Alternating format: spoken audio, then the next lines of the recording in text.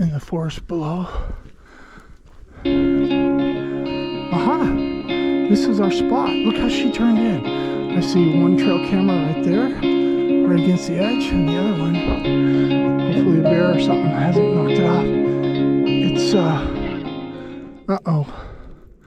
No, there's both of them. 1 and 2. Great. Great. Okay, so now we're going to do our descent through the forest and back out to the main road. So as we're walking up to these trail cameras, I noticed this. There's a little bit of a trail, but it's not clearly obvious. You hunters out there and trackers, you probably recognize this. This has been peeled off. It's fresher. It's not aged. And generally, the only thing that'll do that, look, we got some broken stuff here, is the elk, because they're so heavy. Deer can do it too, but not so much. The elk just, they clump right through, and those are telltale signs of something relatively new. Up on our second and third trail camera. Oh, she's going right down there. Let me tie her off.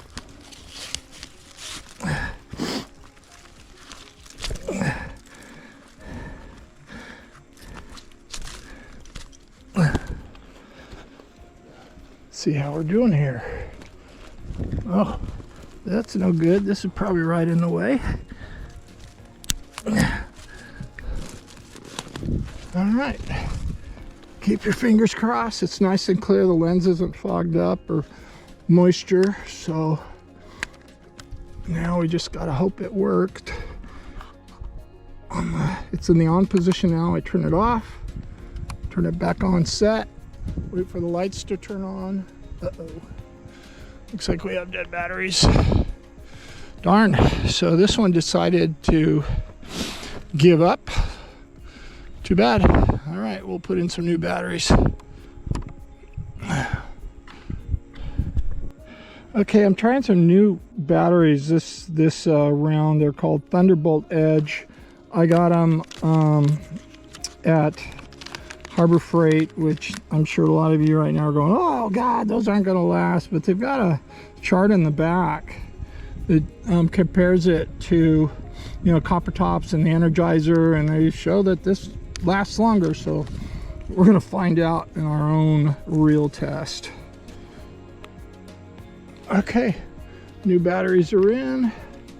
Set it up on these, on this tree peg, which I really like. I like these things a lot.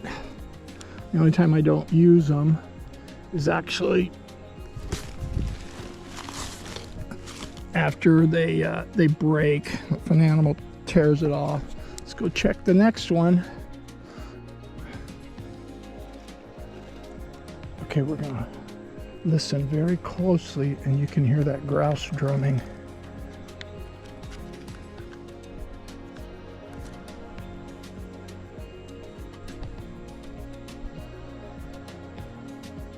There it is. Hope you heard that.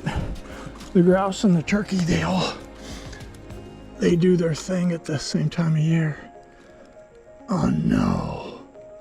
Don't tell me this one's dead too. No? No, it's not dead. Good. So we got good batteries. All right. So one of the advantages of having two cameras close to each other is just because that last one died, if something came by after it died, I might have picked it up on this. It's not just another angle, which, yeah, another angle is important, but when one dies, another one can pick it up. And even when they're both good, it's amazing sometimes. I've got one area that there's 4 of them in a circle, and one time a mountain lion came through and only one of the cameras picked it up.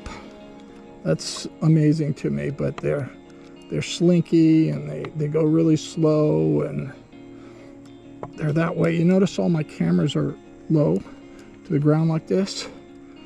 I did I did the up high so nobody would steal it for a while, you know, because that's what everyone is saying. That's what you need to do. Nobody will find it and steal them. Well, you don't get all the animals. And for video purposes and really good stuff at this level is way better. And oh man, do I get a lot more animals. And I'll get birds. You'll never get birds if you got it way up high and pointed down. Well, I can't say never because somebody will come on here and prove me wrong, but it's just not the best way to go. And yeah, people steal your cameras, unfortunately. Oh my gosh, look at this elk pile here. So, I think we know why this camera here, I think we know why the battery was dead on this camera. See this pile?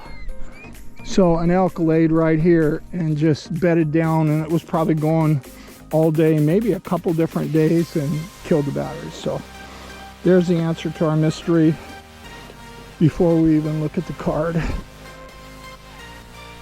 I'll take a second and look at that view. Swift Reservoir, Pacific Northwest. We're up in the Marble Unit. Obviously this is a forested unit. It is a permit area, so you gotta get a permit to get back here legally. Even this time of year.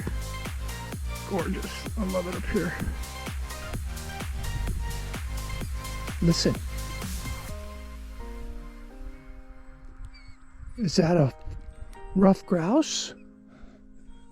Do you know what kind it is? Is it a blue?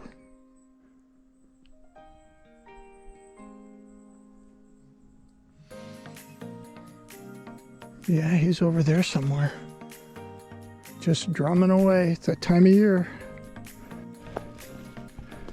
Now we're into the forest.